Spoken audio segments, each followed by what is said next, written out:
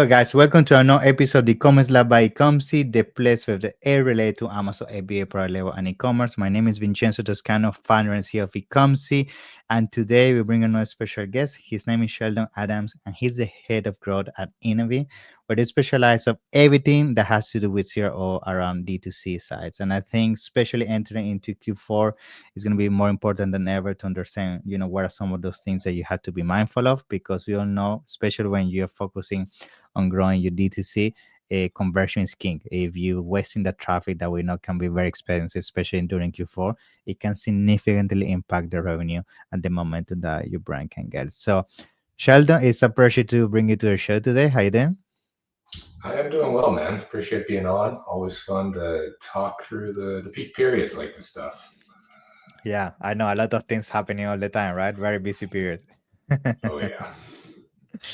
Awesome. So I guess for those that might not know you, just give us a brief intro about yourself, the company, and then we can dive into the topic. Yeah. Yeah. So quick and dirty version. I'm Sheldon, head of growth at Enavi. We are a D2C focused conversion rate optimization agency. We've worked with triple digit brands at this point to get their generally Shopify stores up and get the most out of them and allow it so that they can more efficiently get users through to purchase, get more revenue from every visitor, and then generally try to scale that out to other channels, other marketing aspects that they do. Just make it a much more profitable place in an increasingly difficult and crowded marketplace.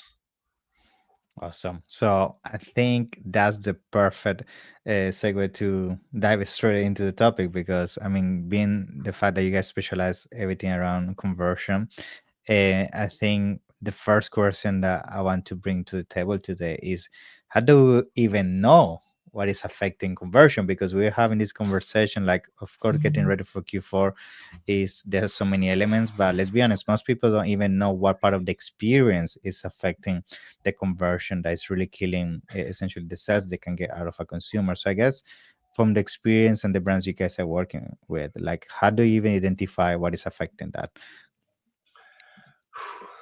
It's a Yeah. $1 million question, maybe more Yeah. so. No, honestly, it is the lifeblood of what we do, and that's like why we operate this way. It is rarely people have a conversion problem. Like the site is not getting users to purchase. It's not the whole thing. It is not like end to end. The site is broken. They're not getting people through.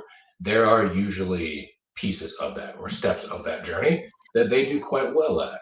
And our big thing, we call it the intersite funnel, is isolating. Like, okay, if someone gets to view a product but they're not adding it to cart, let's focus there. If cart and checkout are good enough, we can push it to the side and trust hey, it's fine. We can address that later. Let's triage and really, really go deep.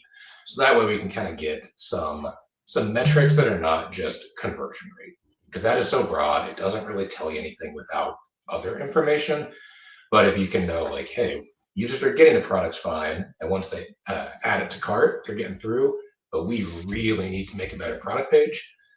That we can work with. If it's just a whole conversion problem, you're going to end up exhausted and chase 10 Yeah. different things, and it just doesn't, you can't make traction with it. Yeah, 100%. And I think from the experience maybe you're seeing with brands, this could also be industry specific because I'm assuming some of these strategies might shift from if you're working with a product that sells like supplements compared to maybe sport items or electronics. Is there some things maybe high level that people should be also be mindful in terms of what consumers are looking to experience throughout the journey? Yeah. Yeah, I think there's a lot of kind of niche industry specific ones. Like we see this with apparel brands, for instance, where an add to cart is more like you've saved an item versus Yeah. actually being a high intent thing. So we'll have apparel brands we have 20% of people added to cart, but no one is actually converting. What's wrong? And what's wrong is that's just a behavior that's not as high of intent as if you are buying supplements or some other physical product, and you just need to calibrate expectations there. And we try to massage that. But yeah, generally it is, we try to develop some baselines that work across everything. But yes, like there's a very real tension between if it's a super high priced product, like yeah, you're not going to have a crazy add to cart rate. It's going to be Yeah. lower. We should know that. We should calibrate. Same if it's a $10 product. Yeah, I hope you have a very high add to cart rate, or else you're not going to be in business very long. Yeah. So there's a lot that you can kind of right size expectations pretty quickly on that. Awesome.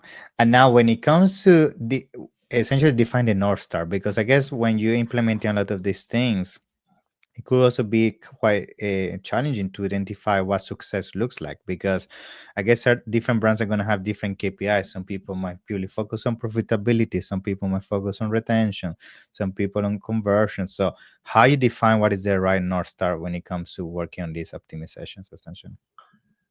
Yeah, that one, it sort of depends on where we are with a brand. If someone, like, say you came to me and you're like, hey, my store is struggling, I need to get this thing right sized. Most people start with a conversion rate and they're like, hey, it's 1.5%. Is that good? And like, it could be great, it could be terrible. It depends on many other things. We generally try to upfront push for that was interest funnel metrics, like getting people through efficiently with a one-time purchase, but really it becomes like a revenue per session, or revenue per visitor, or average revenue per user. Some metric like that is really helpful for us because we can then start to chart progress. Because I can inflate a conversion rate really easily, just mark everything 50% off, and suddenly your conversions are going to go up, but AOV tanks and revenue is just not going to be there. So we like to start to some like revenue and user based metric to start with. And then over time, we can start to get into more of like the margin based or lifetime value based conversations. But we really like to, that's a higher order activity, and you kind of want to get your basic needs down first and then tackle that in the a couple quarters in. That's usually a safer time to do the Cool. more difficult things. Yeah, and I guess when you're going through all these things, that you start essentially to essentially doing a diagnosis in terms of what will work and what is not going to work for one of some of these brands. How you make sure you don't get distracted by the shiny object? Because let's be honest, there's so many things you can do. You can add this shiny thing that pops on the screen, this kind of alert, this kind of follow up. Like there's so many things that it can be very daunting, and then sometimes you don't even know what is actually going to be beneficial for you. So how you actually can essentially be very specific with that and be intentional with where you go for. So yeah. That can be tough. Yeah. To be honest, like sometimes it requires us to be a little rude and insistent. Like we basically work on like a quarterly basis for like think of it as a quarterly sprint. And I'll just keep going back to this product view to add to cart problem I keep referencing. Like, Yeah. say that's where your store is struggling. Like, we really try to put blinders on it with a client and be like, we are doing nothing outside of this narrow band for at least 90 days. Let's see how much from A/B testing, just do it, bug fixes. Let's see how much we can improve that. And then as we come up for air at the end of the quarter, we can then say, like, okay, there's still more work to be done, or no, we've probably improved this as much as we can. Let's focus elsewhere. Something else has emerged. That's the best way we've had happen. But every time there is something that a client will come to us on, like, hey, can we do this? Ooh, I saw this tool. Yeah. And we have to be a little rude, to be polite about Yeah. it. Like, no, we cannot do that. I would be ill advised to allow you to do that, which they don't always Cool. love, but usually in time they appreciate. Yes, yes. So now, in terms of expectations as well, I guess especially for brands that have never implemented some of these strategies, sometimes it's difficult for them to actually create kind of like what should I expect out of when I implement this with kind of SMS or pop or follow up. Like people don't know what they're looking for in terms of making sure they're going the right direction. So how you also handle that with the client? Like how do you make them feel, or how do even me as a client when implementing this on my on a D2C site, know that I'm going the right direction? Is there some, I guess, baselines that will define success, or is very kind of specific to the product as well. Yeah. With anything, it's always a little specific, but we do try to provide, like, we have baseline ranges for each of those metrics and keep referencing. So, like, uh, product feed add to cart, let's go 12 to 18%. If you're in there, you're good. If you are making progress towards that, like if it's trending in the right direction, that is a really encouraging sign. We'll also look a lot of times with like channel specific ones, where if direct users are a pretty good proxy of like, hey, if direct users over time, more of them are adding to cart, great. If it's like, paid social or someone who's colder, they're struggling, that could tell us something different than if it's email or SMS, which is usually your warmest segment. If they can't convert or they're going the opposite direction, alarm bells should be ringing. So we Mhm. try to provide some like macro level expectations and then get some channel specific ones. And then honestly, we're just hoping that the trend line kind of goes like that. And it's sort of compound interest as you test, as you make changes, as you find and fix bugs on a site. It should, but that's kind of comprehensively comes together and you just start to feel it after like 60 to 90 days. Like there should be a noticeable improvement in just how users are getting through the site. Cool. I guess just a quick questions when it comes to the site, right? Because I know today, let's be honest, there's many providers where we can host our site, like Shopify, Wix, etc. And I know this is something that I'm sure you get this question a lot. Like, out of curiosity, have you seen using one or the other affecting also conversion, or is really very more specific to what you do with the elements once you onboard with one of these platforms? Because this is something people ask me all the time: which one is the best one for making my website the most optimal? Like, what is your take on that? Yeah. I'm pretty firmly in the Shopify camp. I don't think it truly like it's rarely the tool that is the thing that will make or break you within reason, but generally I think it's a good site could be a good site anywhere. The reason I go to the Shopify angle is simply it out of the box, it feels the easiest and it's the hardest to kind of screw up in a lot of ways, especially once you get into the checkout process. And once you're there, it's a very familiar one. Almost everyone has bought something a from the Shopify ecosystem. It's kind of like Amazon. It's familiar. People are used to it. It doesn't raise red flags, and so it's just one less thing to have to worry about in building trust with a potential customer. Cool, cool.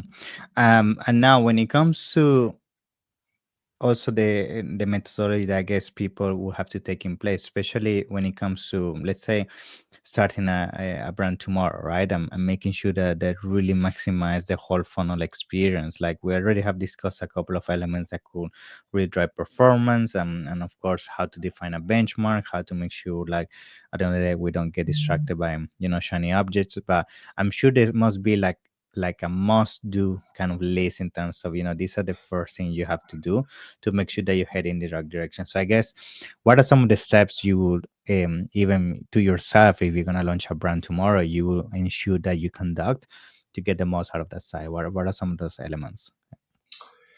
Yeah, that God, you can go so many ways with this. The thing where I would personally start is actually not with the site. Hmm. As counterintuitive as that sounds, like the UX is important because it's a way of conveying important things to the users. I would want to make sure like I have like a molecular level understanding of the market I'm going after, so that every bit of like copy, like a headline or a description or just things I could convey to you, like I know exactly what you are trying to get out of this product and what your hesitations are, like what's compelling you to act. And if I can convey that, then you as the visitor are like, crap, where has this been? I need this thing. And then like a lot of the UX, you can overcome so many suboptimal choices just Yeah. because of like, yes, these people get me. They know what I'm looking for. I trust them because of that. And if I don't know, border radius on an add to cart button is a little funky. Whatever, I don't really care that much. I need this, and it just gives you a really wide margin for error. And I think that Yeah, gets glossed over in a lot of really kind of commoditized spaces I where like a agree. founder or an owner may know it, but it's not communicated on the site. So having that knowledge is almost always where I would recommend starting. Yeah, because I think sometimes people think that the issue is that they are not implementing all the tricks to convert the client or getting the most engagement out of it. But sometimes the actual offer, they're just selling another Me Too product, the same, the same phone case, the same water bottle. And it's like, even if you have all the tricks on the side, it's not really going to make any magic to convert the client, right? Yep, totally.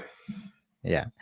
Now, when it comes to and I'm very curious because I'm sure you guys maybe have some recommendations. Like, is there also some ways for us to understand at least where we're standing as a site compared to other brands in the space? Because I know we briefly touched on defining benchmarks, but for example, in social media, I know that's a big thing. There are many tools out there that you can understand your engagement, how people engage with your posts here and there. When it comes to D2C, is there something as well that people could also explore to understand if they're very advanced, if they're very early, if they're doing everything wrong, like at least having understanding? Like, what do you advise when it comes to that? Yeah. Yeah, so that's one. We're still developing this one, but I think this is the first year we did it. Where for years we've maintained like references, benchmarks. We had some internal data sets, and we could see like on a percentile basis, like, hey, this store on landing to product view, they might be in the 20th percentile. So therefore, their menu might need work, or a collection page is not particularly clear, or whatever. And we could make some recommendations there. So we started to develop some of that, and like it's going to be an ongoing annual thing to where we could say like, hey, here's how you can find this stuff. I would love it if we could actually like you plug in your data, it spits out a percentile. Haven't gotten that fancy with it yet, but yeah, we could at least say like, hey, on the four core behaviors, like yeah, you're in the 65th percentile on this, the 35th over here, and just give brands some clarity. So yeah, that's one that we put out this year. We're going to keep putting out and just give. As far as I know, we're the only ones that actually have anything like that. It's usually like That's good. you can get conversion rate data, but nothing beneath that. So that's why I'm like so hyped on this stuff. It's totally unique and did wonders for my LinkedIn engagement. So that was cool. Awesome, awesome. That's good. And I guess now that we're getting to the end of the episodes, I want to use the last couple of minutes to focus on specifically on Q4. Like, I know when it comes to Q4, most likely based on your experience and what you are seeing, there are certain elements that you think must be like for sure optimized to get the most out of like Black Friday, Cyber Monday, Christmas. So, what are some of the things, maybe high level, you think people overlook when it comes to this season that they should definitely be looking into? Yeah, I think the biggest one that we've tested time and time again, both in and out of Black Friday and the Q4 period, is like the feels like there's an inclination that the site has to stay the same, and then you incorporate sale elements, and we just fundamentally reject that. So there's a lot of times where we will create like a promotion specific landing page where anytime you can control the traffic from like email, SMS, ads, you're driving people to a particular page, or you're driving, returning users to a particular page, or even on the core site, you could adjust a menu and go for a real streamlined navigation menu, and you're only focusing on like your most high revenue per session categories, and Yep. removing the fluff. And it's like just freeing yourself from the constraints of this is how our site always looks. It has to stay the same. And we've done this so much that like, no, it just doesn't. And you can really, you don't have to show everything. You just need to show the important things, and it can guide people where it's most advantageous for you to go, which should also be the most high converting. But that's a very real thing that I think everyone overlooks, and it's not that hard to do. Like you create a separate menu, you swap it out in a theme. Like these are things that don't take massive amounts of development resources or anything to pull off. And I mean, yeah, for anyone listening, like, hit me up. We have some templates we could totally share. But it just makes a huge difference in terms of like product discoverability. And then once they're there, like, okay, this is the right product. I am motivated. I'm in market. Let's go. Awesome. Love it. So I guess to conclusion, then, like if I ask you for one advice for people to take away that you think they could implement, or maybe a prediction, like something, I guess last piece of wisdom that you're gonna share, like what that be for people to have a successful Q4 and entering 2026? Yeah, I think the most, if I could have everyone do one thing, it would just be to get back to a baseline level of how things are working. I've seen a regression of how people understand how their site operates over, like, really since Universal Analytics went away and GA4 became a thing. That industry knowledge went rock bottom. Then everyone went into attribution for a while. That didn't quite play out the way they thought. And now it is just straight vibes in so many cases. And as a result, people are just burning through time and energy and inducing all this stress because they don't know how to find for themselves like how things are actually functioning. So that is one. Like, I know we put together plenty of resources on this from a step-by-step thing with some tools for it. And if you could, like, if I could just get everyone back to a baseline of like, I know which part of my site is the problem and it's not the whole thing, that would set you up for a much happier Q4 where you can triage in a hurry. And then on this 126, you can actually start to say, like, okay, this is where we need to focus on the on-site experience. This is doing well. This needs to be doing better. It just leads to more productive conversations when there's numbers involved. Awesome. I love that. So, Shana, in case, I think first of all, it's been super valuable, your insights. So, thank you so much. I'm sure people are going to get so much value out of that. And to conclude, in case, somebody wants to reach out to you and work with you guys, tell us more about that. And then I make sure, of course, I put all down below so people can find you. Yeah. Yeah. Well, first, thanks for having me on. It's awesome. I always love evangelizing like any of this stuff. So I'm a total nerd on it. So fun to do. And yeah, for anyone listening, like, hit me up. I am on LinkedIn all the time. Like, we try to share stuff almost daily on there. So feel free to connect directly. The other thing, we put together some of our best resources into our CRO upgrade kit. That's a really good jumping off point. Like, a lot of what I described on how to understand how your store is doing. We have some like genuine, like, step by step, here's exactly how to do it, videos walking through it, articles, and a couple of like Looker Studio tools that all kind of get to the same thing, but whatever works best for you, it is a great jumping off point. And I would encourage anyone who's curious to check that out. And then obviously from there, like, if it makes sense, we do a very thorough conversion audit. They get like everything we described. We go in and do that before we even do any work with the client. So it's all stuff that it can, even if it makes no sense to work together, it can be so valuable. So anyone listening, I would strongly encourage to check that out. Awesome. So that's great, Sheila. So thank you so much. I appreciate it. It's been a pleasure, and hopefully looking forward to have you soon upcoming events. Yeah. Thank you so much for having me. Yeah. Okay. Yeah. Been a pleasure. Thanks, man. Thank you, man. Bye bye. Yep. See ya.